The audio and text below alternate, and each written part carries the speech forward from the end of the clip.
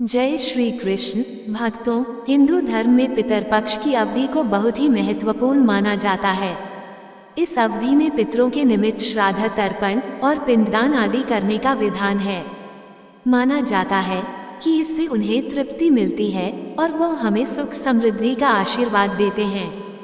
भाद्रपद पूर्णिमा से आश्विन अमावस्या तक चलता है पितरपक्ष।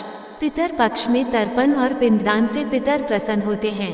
पितर पक्ष लगभग 15 से 16 दिन की अवधि होती है, जिसमें लोग अपने पूर्वजों को भोजन व अर्पण आदि कर उन्हें श्रद्धांजलि देते हैं। माना जाता है कि इस समय पितर पितृलोक से धरती पर आते हैं। देखा जाए तो ये पितरों की कृपा प्राप्ति के लिए एक उत्तम समय माना गया है। वहीं अगर कोई व्यक्ति पितर दोष से परेशान है तो पितर पक्ष में वह इससे छुटकारा पाने के उपाय भी कर सकता है, जो लाभकारी साबित होते हैं। पितर पक्ष की शुरुआत भाद्रपद पूर्णिमा से होती है और यह आश्विन माह की अमावस्या तिथि तक चलते हैं।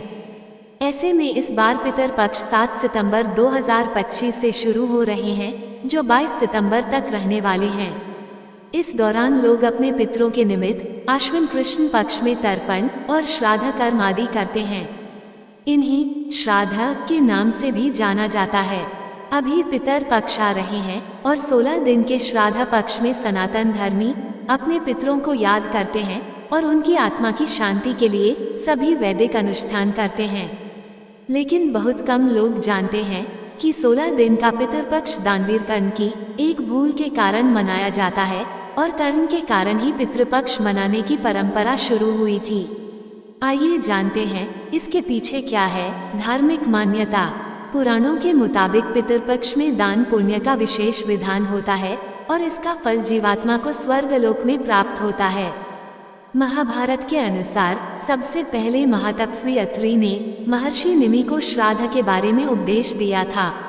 इसके बाद महर्षि निमि ने श्राद्ध करना शुरू कर दिया। महर्षि को देखकर अन्य ऋषि मुनियों ने पितरों को अन्न देने लगे।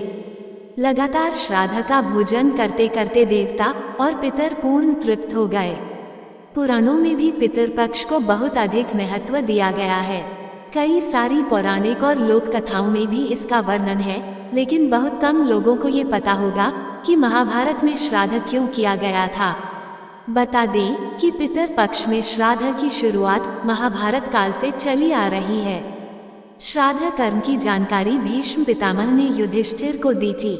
इसके पीछे की पूरी क्या कहानी है ये भी जान लीजिए। हिंदू धर्म में पितर को 84 लाख योनियों में से एक माना गया है। मान्यता है कि विभिन्न लोकों में रहने वाले ये दिव्य आत्माएं संतुष्ट होने पर व्यक्ति पर अपना आशीर्वाद बरसाती हैं, जिससे मनुष्य को धन, यश, कीर्ति आदि की प्राप्ति होती है और कुल की वृद्धि होती है। इस तरह से देखें तो पितृपक्ष के दौरान किया जाने वाला श्राद्ध पूर्वजों के प्रति अपनी श्रद्धा और कृतज्ञता को व्यक्त करने का माध्यम है, जिससे प्रसन्न होकर पितर सुख समृद्धि प्रदान करते हैं। मान्यता है कि जब मृत्यु के बाद सूर्यपुत्र कर्ण की आत्मा स्वर्ग पहुंची तो उन्हें वहां पर खाने के लिए भोजन की बजाय ढेर सारा स्वर्ण दिया गया। तब उन्होंने इंद्र देवता से इसका कारण पूछा तो उन्होंने कर्ण को बताया कि पृथ्वी पर रहते हुए उन्होंने कभी भी अपने पितरों के निमित्त भोजन, दान, तर्पण आदि नहीं किया। तब कर्ण ने जवाब दिया कि उन्हें अपने पूर्वजों के बारे में कुछ भी ज्ञात न था, इसलिए अनजाने में उनसे ये भूल हुई। दानवीर कर्ण अपनी दानवीरता के लिए जाने जाते थे और जीवन भर उन्होंने गरीब और जरूरतमंदों को धन और स्वर्ण का दान किया। अपने दर पर आने वाले किसी भी व्यक्ति को उन्होंने बगैर धन दिए लौटने नहीं दिया। लेकिन कर्ण ने अपने जीवन काल में अन्न दान नहीं किया। अंतिम समय में जब कर्ण ने मृत्युलोक छोड़ा और स्वर्ग पहुँचे तो खूब सोना दिया गया और खाने के लिए कुछ भी नहीं दिया गया। कर्ण ने जब भगवान इंद्र से इसका कारण पूछा तो देवराज इंद्र ने बताया कि उन्होंने जीवन भर सोना ही दान किया है और पितरों की आत्मा की शांति के लिए कभी भी अन्न दान नहीं किया, इसलिए उन्हें अन्न नहीं दिया गया। तब कर्ण ने इस बात को लेकर अनभिज्ञता जाहिर करते हुए कहा कि मुझे अन्नदान के महत्व की जानकारी नहीं थी। कर्ण को जब अपनी गलती का एहसास हुआ तो उन्हें अपनी गलती सुधारने के लिए एक बार 16 दिन के लिए धरती पर भेजा गया था। इन 16 दिनों में कर्ण ने अपने पूर्वजों को याद करते हुए तर्पण किया और भूखे और गरीबों को अन्न दान किया और फिर स्वर्गलोक चले गए। ऐसी मान्यता है कि तभी से 16 दिन का पितृपक्ष मनाने की परंपरा चल रही है और इस दौरान लोग अपने पुरखों को याद कर भोजन का आयोजन करते हैं। साथ ही इस बात का भी ध्यान रखना चाहिए कि पितृपक्ष के दौरान यदि कोई भिक्षा मांगने आए तो उन्हें कभी खाली हाथ नहीं जाने देना चाहिए।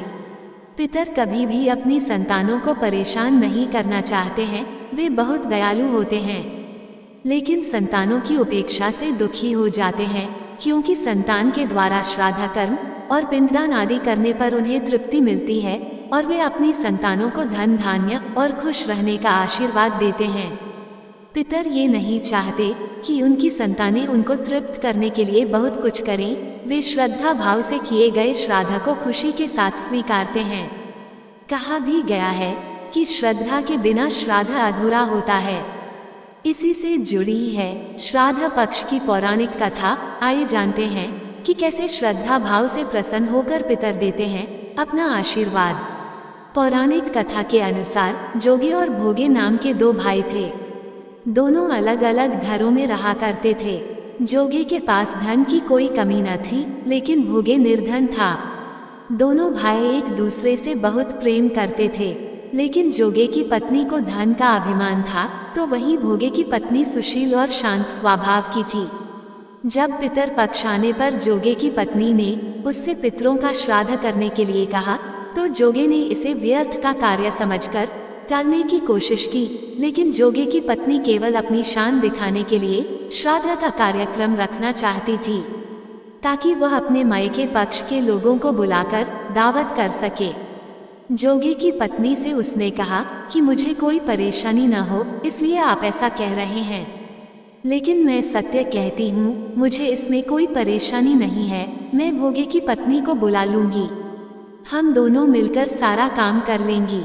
दूसरे दिन भोगे की पत्नी सुबह आकर सारा कार्य करवाने लगी। उसने अनेक पकवान बनाए, फिर सभी काम निपटाने के बाद अपने घर वापस आ गई, क्योंकि उसे भी पितरों का तर्पण करना था। जब पितर भूमि पर उतरे, जब वे जोगे के यहाँ गए, तो देखा कि उसके ससुराल पक्ष के सभी लोग भोजन पर जुटे हुए हैं। वहाँ ये सब देखकर वे बहुत निराश हुए। उसके बाद जोगे भोगे के पितर भोगे के यहाँ गए, तो देखते हैं कि मात्र पितरों के नाम पर केवल अगियारी दे दी गई है। पितर उसकी राख चाटते हैं और भूखे ही नदी के तट पर पहुंच जाते हैं। कुछ ही देर में सारे पितर अपने अपने यहाँ का श्राद्ध ग्रहण करके इकट्ठे हो गए और बताने लगे कि उनकी संतानों ने किस किस तरह से उनके लिए श्राद्धों के पकवान बनाए। जोगे भोगे के पितरों ने भी अपना सारा कुछ बताया। उन्होंने सोचा कि अगर भोगे निर्धन न होता और श्राद्ध करने में समर्थ होता, तो शायद उन्हें भूखा वापस नहीं आने पड़ता, क्योंकि भोगे के घर में तो खाने के लिए भी 2 जून की रोटी नहीं थी। ये सारी बातें सोचकर पितरों को भोगे पर दया आ गई। अचानक से वे नाच नाचकर गाने लगे कि भोगे के घर धन हो जाए, भोगे के घर धन हो जाए। सांझ का समय हो चला था, लेकिन भोगे के घर में खाने को कुछ भी नहीं था। उसके बच्चे भूखे थे। बच्चों ने अपनी माँ से कहा कि भूख लगी है। तब उन्हें टालने के लिए गुस्से से गरज कर भोगे की पत्नी ने कहा कि जाओ, आंगन में हौदी औधी रखी है, उसे जाकर खोल लो, उसमें जो भी मिल जाए आपस में बांटकर खा लेना। बच्चे जब वहां जाकर हौदी देखते हैं तो वे दौड़े दौड़े माँ के पास जाकर कहते हैं कि माँ, हौदी तो मोहरों से भरी पड़ी है। आंगन में आकर भोगे की पत्नी ने ये सब कुछ देखती है तो उसके आश्चर्य का ठिकाना नहीं रहता है। इस तरह पितरों के आशीर्वाद से भोगे भी धन धान्य से परिपूर्ण हो जाता है, लेकिन वह इस बात का बिल्कुल अनकार नहीं करता है और अगले बरस पूरी श्रद्धा के साथ भोगे एवं उसकी पत्नी अपने पितरों का श्राद्ध करते हैं। भोगे की पत्नी पितरों के लिए 56 प्रकार के व्यंजन तैयार करती है। वे दोनों ब्राह्मणों को भोजन कराते हैं, अपने जेठ जेठानी को बुलाकर सम्मान के साथ सोने और चांदी के बर्तनों में भोजन कराते हैं। इससे उनके पितर बहुत प्रसन्न होते हैं। पितरों को प्रसन्न करने के लिए अवश्य सुने ये कथा। भगवान श्री कृष्ण से एक बार पक्षीराज गरुड़ ने पूछा, हे प्रभु, पृथ्वी पर लोग अपने मृत पितरों का श्राद्ध करते हैं। उनकी रुचि का भोजन ब्राह्मणों आदि को कराते हैं, पर क्या परलोक से पृथ्वी पर आकर श्राद्ध में भोजन करते पितरों को किसी ने देखा भी है? भगवान श्री कृष्ण ने कहा, हे गरुड़, तुम्हारी शंका का निवारण करने के लिए मैं देवी सीता के साथ हुई घटना सुनाता हूँ। सीता जी ने पुष्कर तीर्थ में अपने ससुर आदि 3 पितरों को श्राद्ध में निमंत्रित ब्राह्मणों के शरीर में देखा था। वो कथा सुनो। भगवान श्री कृष्ण कहते हैं, हे गरुड़, ये तो तुम्हें ज्ञात ही है कि श्री राम अपने पिता दशरथ की आज्ञा के बाद वन गमन कर गए थे, साथ में देवी सीता भी थी। बाद में श्री राम को ये पता लग चुका था कि उनके पिता उनके वियोग में शरीर त्याग चुके हैं। जंगल जंगल घूमते सीता जी के साथ श्री राम ने पुष्कर तीर्थ की भी यात्रा की। अब ये श्राद्ध का अवसर था, ऐसे में पिता का श्राद्ध पुष्कर में हो, इससे श्रेष्ठ क्या हो सकता था। तीर्थ में पहुंचकर उन्होंने तैयारियां आरंभ की। श्री राम ने स्वयं ही विभिन्न शाक, फल एवं अन्य उचित खाद्य सामग्री एकत्र किए। जानकी जी ने भोजन तैयार किया। उन्होंने एक पके हुए फल को सिद्ध करके श्री राम जी के सामने उपस्थित किया। श्री राम ने ऋषियों और ब्राह्मणों को सम्मान सहित आमंत्रित किया। श्राद्ध कर्म में दीक्षित श्री राम की आज्ञा से स्वयं दीक्षित होकर सीता जी ने उस धर्म का सम्यक और उचित पालन किया तथा सारी तैयारियां संपन्न हो गई। अब श्राद्ध में आने वाले ऋषियों और ब्राह्मणों की प्रतीक्षा थी। उस समय सूर्य आकाश मंडल के मध्य पहुंच गए और कुतुब मुहूर्त यानी दिन का 8वां मुहूर्त अथवा दोपहर हो गई। श्री राम ने जिन ऋषियों को निमंत्रित किया था वे सभी आ गए थे। श्री राम ने सभी ऋषियों और ब्राह्मणों का स्वागत और आदर सत्कार किया तथा भोजन करने के लिए आग्रह किया। ऋषियों और ब्राह्मणों को भोजन हेतु आसन ग्रहण करने के बाद जानकी अन्न परोसने के लिए वहां आई। उन्होंने कुछ भोजन बड़े ही भक्ति भाव से ऋषियों के समक्ष पत्तों के बनी थाली पर परोसा। वे ब्राह्मणों के बीच भी गई, पर अचानक ही जानकी भोजन करते ब्राह्मणों और ऋषियों के बीच से निकली और तुरंत वहां से दूर चली गई। सीताजी लताओं के मध्य छिपकर जा बैठी। ये क्रियाकलाप श्री राम देख रहे थे। सीता के इस कृत्य से श्री राम कुछ चकित हो गए। फिर उन्होंने विचार किया कि ब्राह्मणों को बिना भोजन कराए शायद सीता लज्जा के कारण कहीं चली गई होंगी। सीता जी एकांत में जा बैठी हैं। फिर श्री राम जी ने सोचा, अचानक इस कार्य का क्या कारण हो सकता है। अभी यह जानने का समय नहीं है। जानकी से इस बात को जानने से पहले मैं इन ब्राह्मणों को भोजन करा लूं, फिर उनसे बात कर कारण समझूंगा। ऐसा विचार कर श्री राम ने स्वयं उन ब्राह्मणों को भोजन कराया। भोजन के बाद ऋषियों को विदा करते समय भी श्री राम के मस्तिष्क में यह बात रह रह कर कचोट रही थी कि सीता ने ऐसा अप्रत्याशित व्यवहार क्यों किया। उन ब्राह्मणों के चले जाने पर श्री राम ने अपनी प्रियतमा सीता जी से पूछा, ब्राह्मणों को देखकर तुम लताओं की ओट में क्यों छिप गई थी? उचित नहीं जान पड़ा, इससे ऋषियों के भोजन में व्यवधान हो सकता था, वे कुपित भी हो सकते थे। श्री राम बोले, हे सीता, तुम्हें तो ज्ञात है कि ऋषियों और ब्राह्मणों को पितरों के प्रतीक माना जाता है, ऐसे में तुमने ऐसा क्यों किया? इसका कारण जानने की इच्छा है, मुझे अविलंब बताओ। श्री राम के ऐसा कहने पर सीता जी मुंह नीचे कर सामने खड़ी हो गई और अपने नेत्रों से आंसू बहाती हुई बोली, हे नाथ, मैंने यहाँ जिस प्रकार का आश्चर्य देखा है उसे आप सुने। इस श्राद्ध में उपस्थित ब्राह्मणों के बीच में मैंने 2 महापुरुषों को देखा जो राजा जैसे प्रतीत हो रहे थे।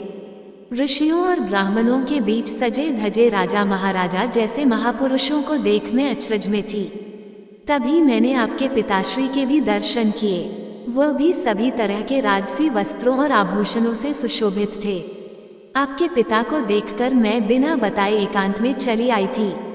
मुझे न केवल लज्जा का बोध हुआ, वरन मेरे विचार में कुछ और भी आया।